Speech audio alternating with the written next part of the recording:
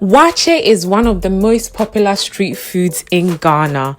In this video, we are going to be speaking to a lady who makes arguably the best waakye in Accra. We're going to be discussing the pros and cons of running a restaurant in Accra, the things that you need to know before you start a restaurant in the first place, and we are going to be enjoying some waakye as well as getting some tips on how to make waakye.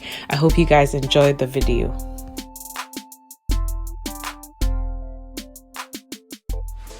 What's up, guys? How are you guys doing? I hope you're well. Today we have a special guest on the channel, guys. You guys are so curious about food. When I share Ghanaian cuisines, you get all excited. Well, today we have someone who's an actual expert in cooking like all kinds of food, I think. Her name is Jay, and she runs Mukase Chic. If you haven't heard of it, I'll leave all the information in the description box below. But anyway, we're going to be chatting to her. She runs a small restaurant where she sells the most delicious waakye in Accra, I think. And she's an expert with jollof rice, which she doesn't sell at the moment. But anyway, we're going to talk to her. I'm going to stop rambling. Let's get into it. Give us a thumbs up. Subscribe if you haven't already. You're going to get to see a lot of the behind the scenes of running a small restaurant. Basically, all that good stuff. So yeah, let's get right into it. Hello, Jay. Hi. Thanks for being here. I know, right? We've been trying to plan this for way too long, but that's Accra life. It's not your fault. But anyway, Jay, so tell me a little bit about what you do. Like, why did you start running this whole Mukase Chic thing? Wow. A couple of years ago, I used to work at a marketing agency as an account manager, and I worked with a lot of food brands. So we're putting together strategies for food brands. And I remember I was doing a presentation one time, and I needed I came across the word food blogger, and I was very curious. So I started researching into what a food blogger was. And that time, we didn't have any food bloggers in Ghana. So my mind was, oh, if we had a food blogger in Ghana, then I would include them in the strategy. Right. So I started looking, and then I realized, oh, the only food blogger who was close to being a Ghanaian was not even a Ghanaian. Right. It's a woman called Fran. So Fran has a Ghanaian cooking book with Barbara Beta, who owns Flair. Right. I mean, like, sorry, but why does a white woman, what's a white woman doing here? Blogging about fufu and stuff. So I got very curious, and I just set up a blog on WordPress. And I started learning from other people, and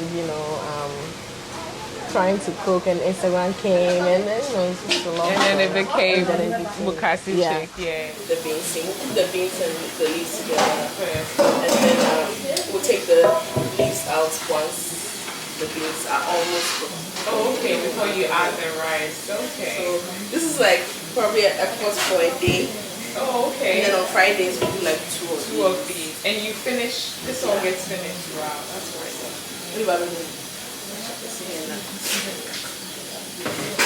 The sorghum leaves, it adds a lot of color. But it also adds like little flavor. Right. Yeah, so it's not really just for the color then? Cause it's not really just, like, I think it's one of the things that really make waakye. Like, waakye is not just rice and beans, but it's also, it's also...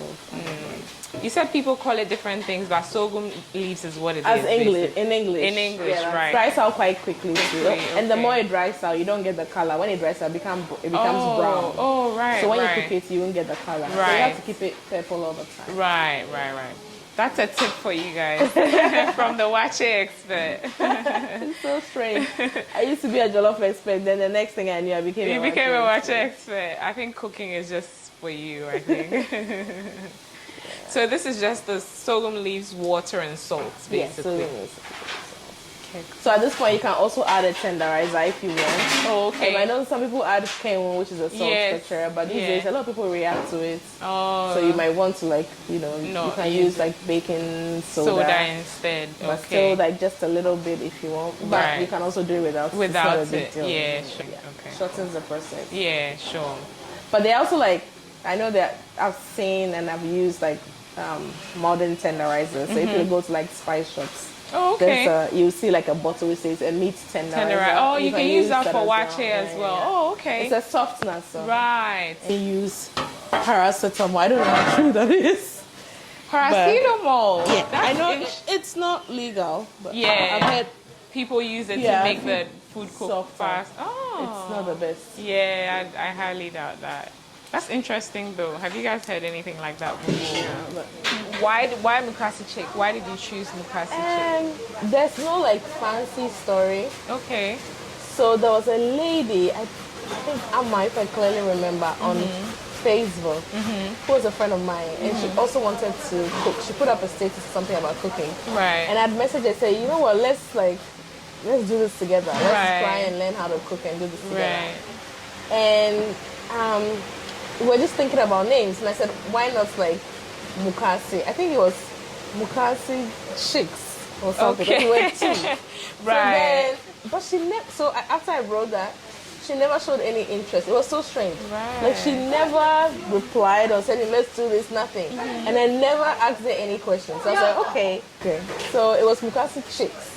Because I didn't hear from her, it had to become Chic. Yes. Right. So it's usually like CHIC, chic, but everybody calls it Chic. which is fine. Okay. Yeah, that's how it started. Cool. And you guys, Mukase means kitchen. Kitchen, yeah, So in that's, my language. Yes, in Tree in general, Yes. right? Yeah. So kitchen chick, right? Yes. Kitchen girl, Yeah. kitchen woman. Yeah, it's almost like someone who is she's chic, Right. like a chic person. Oh, but then she still enjoys In the being in the kitchen. kitchen. Yes, Ah, yes, that's that what makes it means. sense. That makes But sense. everybody says Mukase Chic, and I'm And just then left you've to just it. accepted it, right. But I feel like Mukase Chic actually suits you, even though you just guessed it. You know, you look like someone who cares about her appearance and stuff like that. But at the same time, you're in the kitchen and stuff. You know, it kind of, I don't know. That might be the best compliment of ever had. Oh. Because I don't.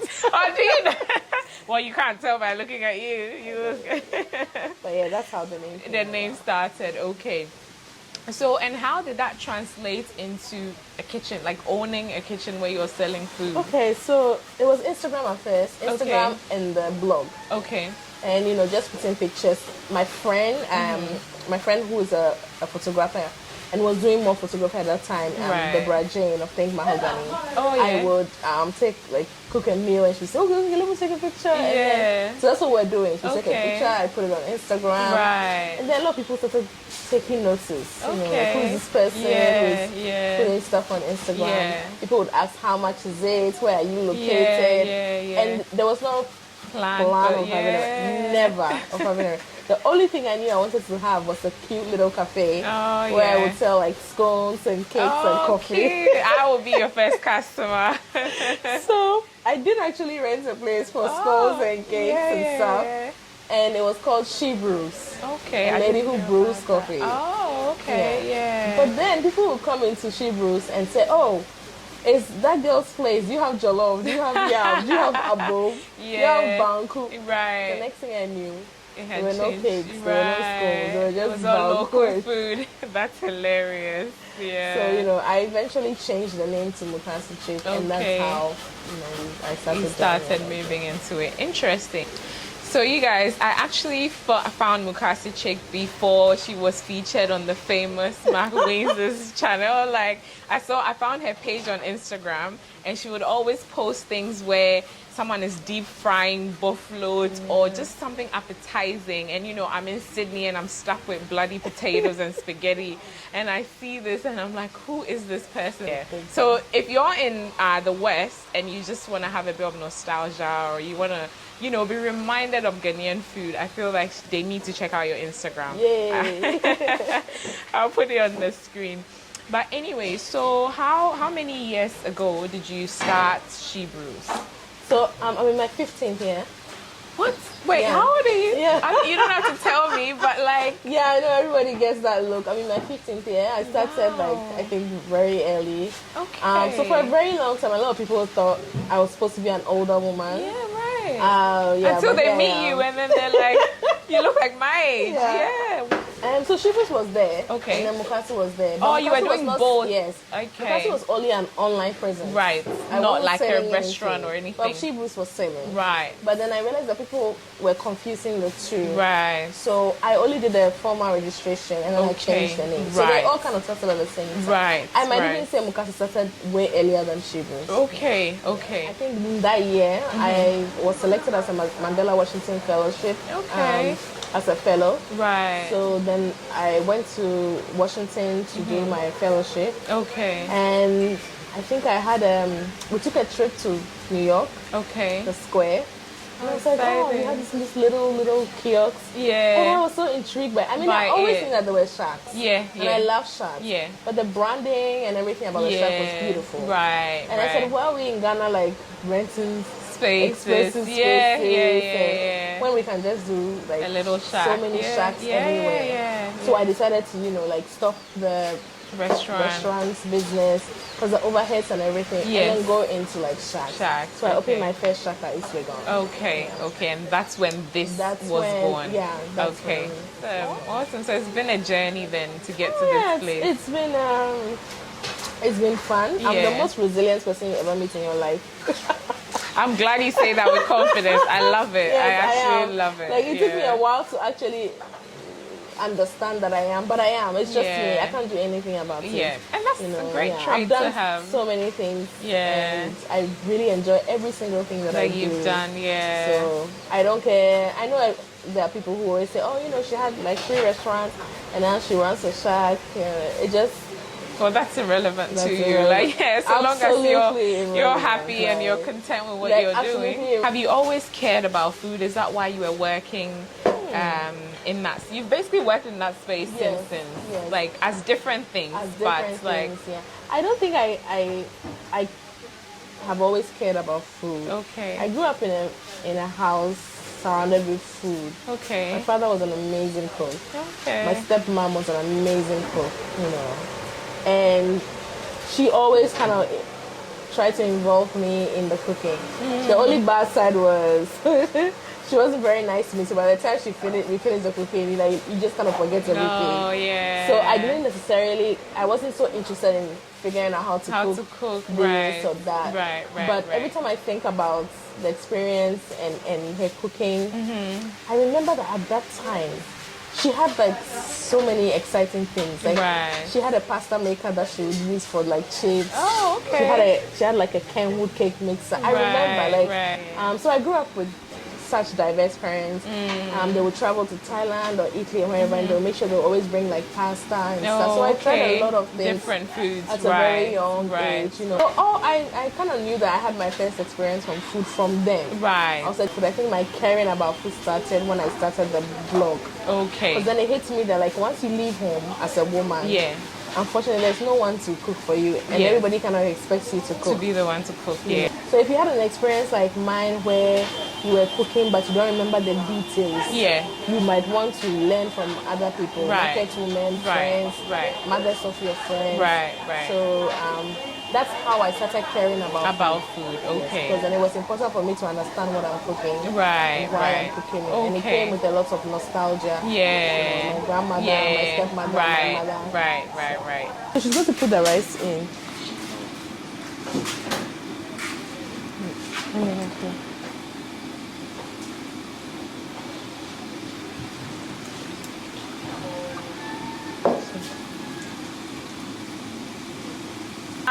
I think one of the biggest things that a lot of people like to know about is, I guess, the challenges that come with running any kind of eatery, like a restaurant, like a shack like you have right now. What would you say is the biggest thing? What has been the hardest thing running this type of business? First of all, is figuring out what kind of food business you want to do. Most of the times, because we don't have a lot of jobs in Ghana, and people think, oh, I didn't get an office job, so let me just cook. Right. So in the end, they don't think it through as a business. Right. They don't do a business plan. Right. They don't they don't even think of it as in 2-3 years what's going to happen. Gonna look like. They just want to cook the food for now and then sell it and see get how the it money. goes. Yeah. And when you run food business like that, you would lose. Right. Food business is one of the riskiest businesses in the world. Right. Right. So you lose, and then you have a lot of people cooking and nothing happens. I think so. First of all, it's identifying that what you want to do, and also like writing a business plan and gathering finance for it. Okay. How do you gather money to start the food business? Okay. And then once you go past that point, and it's the point of most, you have the issue of what most entrepreneurs look like: staffing, rent, and all the other things. But for me personally, I think my biggest issue has been over the years has been staffing. And when you run a restaurant in Ghana, the overhead is really crazy. It's extremely crazy. But I think even with staffing, it gets better. Okay. As you go. Okay. And also, as a food person or as a restaurateur or someone who owns a shop, it's also always about the palates, like the human palate. Right. How people appreciate your food. Yeah. If they like it on Monday, Right. and if Tuesday they have crumbs, they don't like it on Tuesday. It's always, And most importantly, we have a bad distribution system. So Ghana, like, you can wake up on Tuesday and your lettuce is now 10 cedis. You wake up on Wednesday and it's now 12 cedis. So we don't have proper food price regulations. The farmers, we don't have a direct access to the farmers as well. You always have to go to the third party, which is the market. So the prices are not really good. And in a week, your food costs can shoot up without you being ready. So that's a major issue. And I hope that, I don't know if that's ever going to change. But we can just hope for the best, right? I hope it does. And I hope they'll be able to like create a system where farmers don't have to throw so much of their goods away because they can't bring the food to Accra. But then food people, like small food businesses, can get access to those things. Right. Instead of buying bits and pieces through third parties. Sure. So at the moment, you go into the market to buy your stuff? Okay. I mean, at the moment, I do go into the market to buy my stuff. We have regular people that we buy for, but we are trying to create a database where we can have like a regulated price and also have people actually deliver things to us. Right. I'm currently working on that. So considering all the challenges and the difficulties with running a food business in Ghana, do you think it's worth pursuing, especially for people that are coming from overseas and want to come live here and are considering owning a restaurant as a business? Do you think it's worth it? Like, I think every business is worth it once it's solving a need. Okay. Because caring about it is not enough for having a business. So once it's going to solve a need, and also once you've done your numbers. Okay. But don't forget that if you're in Australia or London or wherever and you're saying, oh, when I come to Ghana, I would buy potatoes, this, and it's not going to work because we are in a system where, like I said, our food systems are not working properly. So you might have to like always kind of adjust to suit. So when you're doing your assumptions and you leave room for these kind of things. It would be good to be on the ground and agree on the kind of food business you want to do. It's a business that you think your numbers are right and you think it solves a need. Or even if it's a niche food business and you think it works fine, but don't do it because you feel it's a good idea. Ghana needs like 1,000 restaurants. I can't do mac and cheese because there's none here. Right, okay. And you feel like, I should bring mac and cheese and deep fried chicken. Maybe we don't even need it. How would you know? So seeing as like you can cook so many different types of food, why Waakye? Why did you choose Waakye to be your main thing? So Waakye is not my main thing now. Okay. Waakye is one of the brands under Mukase Chic. Okay. So we currently do a lot of catering for events and weddings. Oh, you do that as well? Yes, I've been doing that ever since I started Mukase Chic. So I think currently is the brand that people see me publicize a lot under Mukase. Okay. So very soon there are other brands that will come. Up, but I personally love Waakye, especially in the evenings. I don't know why. And during Corona time, I couldn't get Waakye in the evenings. So I decided that, well, maybe I should just start my own, which would be closer to my house. Okay. So that's you made it for yourself, basically. I basically made it for myself, to be honest. Yeah. And then I knew that there would be other people that will be interested in it. Oh, yeah. okay, cool. And how did you figure out such a great recipe? And like, how did you get someone to teach you? Did you? So we did take testing for a month. Oh, okay. I already knew how to prepare waakye and the stew and everything. But for my shito, my best friend, she makes really good shito kati. Okay.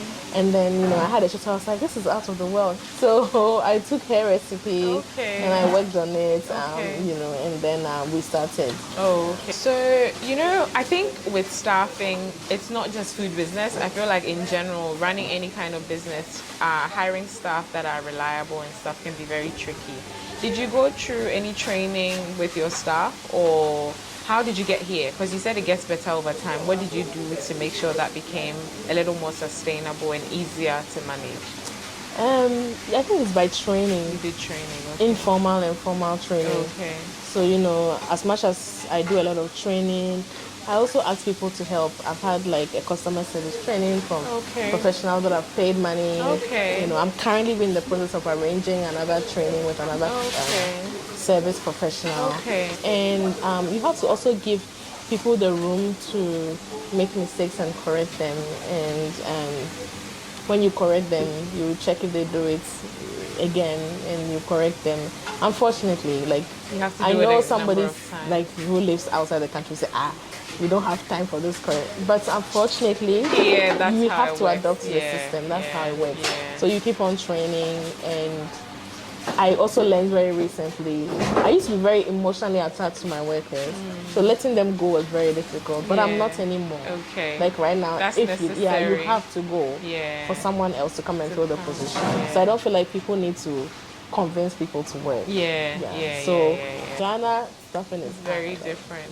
So I think from time to time you eventually get it, but there are lots of people who are willing to work. So don't be afraid of letting people go so you can replace. Awesome. I'm gonna take that advice as well. Definitely. It comes hard as well, to be honest. People don't take easy to being let go. No. So I can imagine. There's a lot of fights also at the back as well. Do you have any crazy stories that have share one. I have crazy stories. I mean, there are people that have let go who have, said, you're ungrateful. Oh, to you? Okay. I'm angry you let me go, so I'm going to go to juju or whatever it is. Oh, wow. Okay. There are crazy people out there. Wow. Is the food business profitable? Because I think when you're moving here and you ask what's a good business idea, most people are like, oh, open a restaurant. Like, you can't go wrong. Like, is it as profitable as they make it out to be? No. Oh, no. Okay. It's a business with a lot of overheads. When you say overhead, like electricity, water, those kind of things. Yes. And rent, air conditioning, a lot of so many things. Right. And because we also don't have a proper food system. Okay. Your profits can go up or go down. So it's not as profitable as people make it out. But it can be profitable. Once you sort a few things out, you're able to figure out how to source your ingredients, how to reduce your overhead costs. What your food cost is. Because it's also sometimes it's more about pricing. People don't know what their food cost is. Right. So they'll price it to say everybody is saying, oh, a pack of jollof is 30. Right. So your pack of jollof is 30. Maybe your spices are more expensive than someone's spices. Right. So you don't know what your food cost is, and you're just charging. But at the end of the day, you're spending more on your ingredients. Okay. But it can be profitable. At the same time, I won't discourage anybody from going into it. But just prepare yourself. So how many branches of this waakye under Mukase Chic do you have? Currently, we have 2. Okay. East Legon is the one that's working. Osu is like under renovation because we are changing our timing. Okay. So we have 2 for now. Okay. So if people want to find you, people are interested in having this waakye. I mean, December is just around the corner, so people will be coming. If they're interested in buying some or like contacting you or anything like that, where do they go? First of all, we are on Global. Okay. We are on Kudigo, so you can just find Anna Joachi. That would be one of the easiest way of contacting us if you don't want to come there personally. Right. If you want to come there personally, we are at on the Boundary Road at East Legon, Okay. just opposite the Allied Oil filling station. Okay. So we are right there. We start from 6:30 p.m. and we close around 12 p.m. Okay. That's if there's still food. Once food is done, we are closed. We are closed, right? Okay. So that's where you can find us. Okay. And we also have like a package that we do for travelers. Okay. We have a travel package. Oh, okay. And basically what we do is that we vacuum and seal the waakye for you, and you can travel with it wherever. So once you get to whichever country you're going, you just store it, and it's still as fresh. It's good. Yes. So there you go, guys. The people that can't make it to Ghana, tell your people when they come, they can buy waakye and bring it all the way over. Like next year, people abroad will also have a much more meaningful experience with us. Yeah. We will be going to certain countries that people can order from us. So we'll see how it goes. Mate, she's going worldwide, okay? You're so inspiring. I think she probably underestimates it, but we've had conversations here and there, and I've just learned so much from you. You know, it's awesome. I love what you're doing. I love the drive. I love that you can see like 5 years ahead of your business. That's one thing that's not easy to do, you know. When you're currently dealing with every stress that's happening right now, it's very hard to still have a decent picture of what you want 5 years to look like, but not you. It looks like you know what you're doing, and I love it. I love it so much. We'll give glory to God. So that's Jay for you guys. We're still here. We're waiting for the waakye to be ready because like when we didn't come all the way from TEMA to not like take any waakye with us. But yeah, you guys check her out, Mukase Chic. Like just go and indulge in her pictures, even if you don't want to, but you can't afford to buy waakye right now. Just go and indulge in the pictures for now. Thank you guys for watching. Make sure you give us a thumbs up. And that's it, guys. I hope you've enjoyed the video. I hope we didn't make you too hungry. We're going to show you the waakye very soon. Don't forget to follow your bliss. So now life is short. Follow your bliss. Na nipa ye day.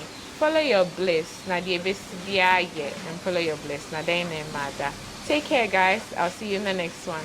Bye. You guys, so Jay has served some waakye and I can't wait to dig in. Look at this food right here. Oh my goodness. Even the presentation, like I'm so excited. And I'm sorry I can't share it with you guys, but you know, just enjoy by watching us.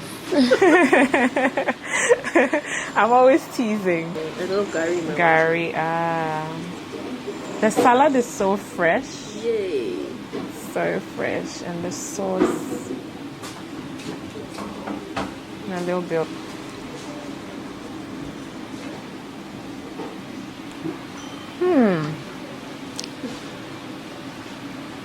This is good. This is so good. You would think like only people from the north can make good waakye, you know. We get that all the time. But this is really good waakye, and it's not overly spicy. Just the perfect amount of spice. Because sometimes you get waakye and it's so spicy. Like I personally don't like it too spicy. This is just perfect. The salad is fresh. The waakye is a little bit sticky, which is what I like. I like waakye to be sticky. I feel like waakye when it's like individuals is not that nice. Jollof, yes, but waakye has to be a little bit sticky. This is good. Thank you. This is so good. This is how you need to eat your waakye. We're a bit of everything. Bit of salad, bit of gari, bit of everything. Oh my god, amazing.